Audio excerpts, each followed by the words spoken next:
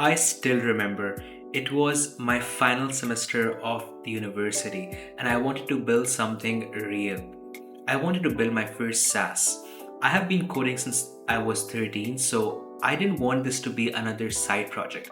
I wanted to build something real. At that time, Asia's biggest e hailing platform had just gone public and prices had shot up. Everyone, especially students, were complaining.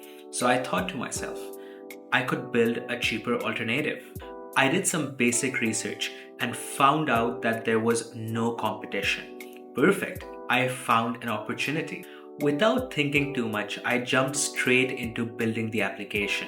This was before the entire ChatGPT and AI code wave, so I couldn't just vibe code the applications. I had to build it line by line, leveraging libraries where I could.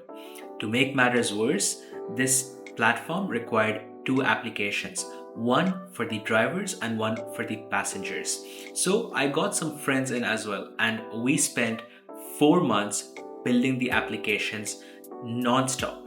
Launch day finally came. I launched on Product Hunt, posted on Reddit. I even tweeted about it. I waited, and then I waited some more.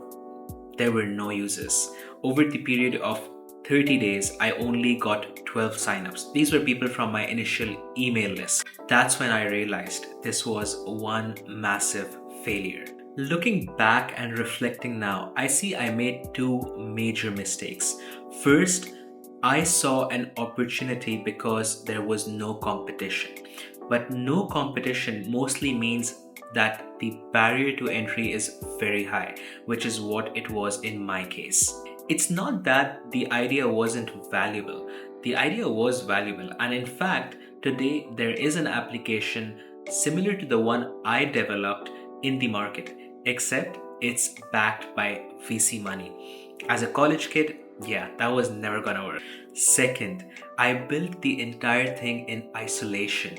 I had an email list of a few people who had shown interest in the application early on, but I never reached out to them.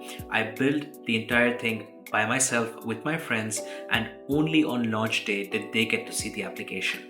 Today, I do things very differently. I don't write a single line of code before I have validated the product and made sure that it is realistic to build the product by myself in my own capacity. While there are many ways of validating an idea, I like to keep it simple. I have a landing page template and some Figma designs ready to go. So when an idea strikes, I put up my landing page together, I add those Figma designs, and then I run a small budget meta ad.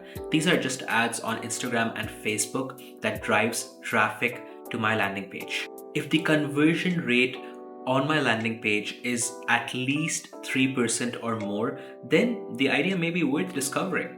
If not, then that's just another domain in my domain portfolio that is exponentially growing. Now, if the landing page converts well, then I go ahead and form a WhatsApp or Facebook group with the users who drop their email address on the landing page. I build the product with them. They're in a tight feedback loop with me. This way, on launch day, I have not just built something that I find useful, but that the end users find useful. This is extremely important because once you're deep into the building phase, it is almost impossible to look at the product from the same perspective as a fresh user would. It was fun building my first SaaS. It failed, but it taught me a lot of lessons. And more importantly, it made me a way better builder. Now I know building a great product, that is just half of the game.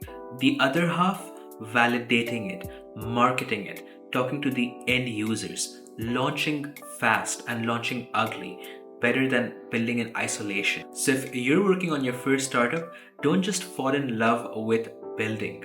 Fall in love with solving real problems for real people. Otherwise, you'll spend 4 months, like I did, building something beautiful that no one will ever use.